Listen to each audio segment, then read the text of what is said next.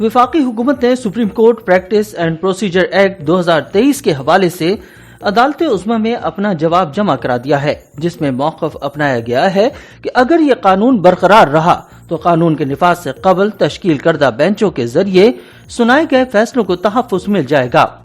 Dawn اخبار کی report کے مطابق وفاقی حکومت کی جانب سے ایڈیشنل اٹارنی جنرل چودھری عامر رحمان کی جانب سے دائر کردہ جواب میں کہا گیا ہے کہ اگر بینچ اب بھی مقدمات کی سماعت کر رہے ہیں تو ایسے بینچوں کی سینئر ترین 3 ججوں پر مشتمل کمیٹی کے ذریعے دوبارہ تشکیل ہونی چاہیے۔ سپریم کورٹ میں سماعت کے دوران 18 ستمبر کو فل کورٹ کی طرف سے سوال اٹھایا گیا تھا کہ کیا آئینی ترامیم کے برخلاف آرٹیکل 184(3) سے پیدا ہونے والے فیصلوں کے خلاف اپیل کا حق عام قانون سازی کے ذریعے دیا جا سکتا ہے،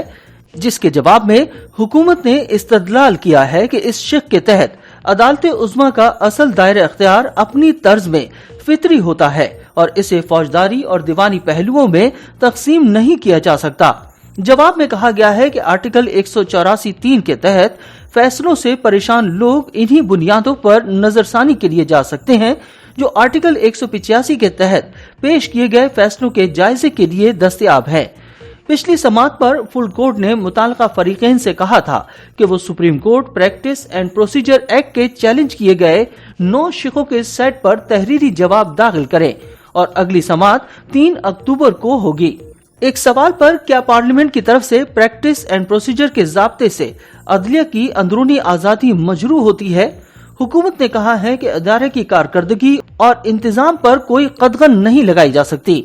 حکومت نے مزید کہا کہ عدلیہ کی آزادی کا مطلب ادارہ جاتی اور انفرادی سطح پر انتظامیہ سے ججوں کی آزادی ہے۔ حوالہ دیا گیا ہے کہ ہارون بارک نے اپنی کتاب اے جج ان اے ڈیموکریسی میں لکھا ہے کہ خواہ کوئی بھی ذریعہ ہو، ایک جج کی دباؤ سے آزادی کا مطلب بیرونی دباؤ سے آزادی ہے۔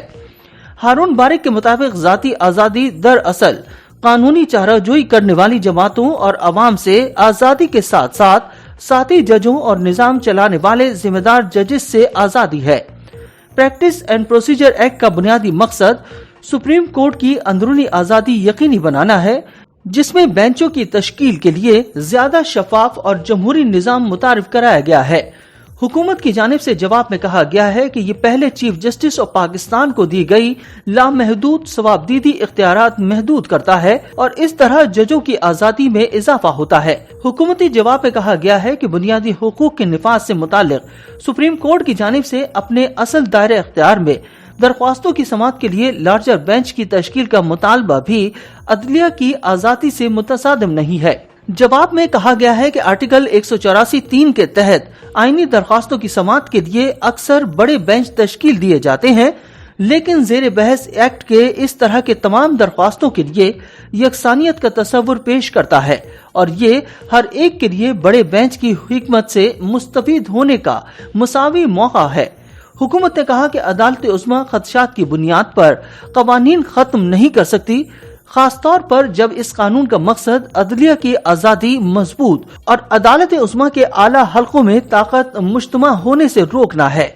قانون سازی کا اختیار متقننہ کے پاس ہے اور اس کا تقابل سپریم کورٹ کے قوانین کی تشریح کے اختیار سے نہیں ہونا چاہیے۔ جواب میں کہا گیا کہ عدالتی قانون سازی کی بالادستی اس دائرہ اختیار کی حمایت کرتی ہے جہاں ایک غیر تحریری آئین غالب ہوتا ہے، اور جب یہ عدالت قانون کے کسی اصول کو بیان کرتی ہے یا فیصلہ کرتی ہے تو وہ موجودہ قانون سازی کی تشریح یا وضاحت کے ذریعے کرتی ہے۔ تاہم ضروری نقطہ یہ ہے کہ قانون کے وہ اصول اور تشریحات مقننہ کے ارادے کا اعلان اور مجسم نمونہ ہیں۔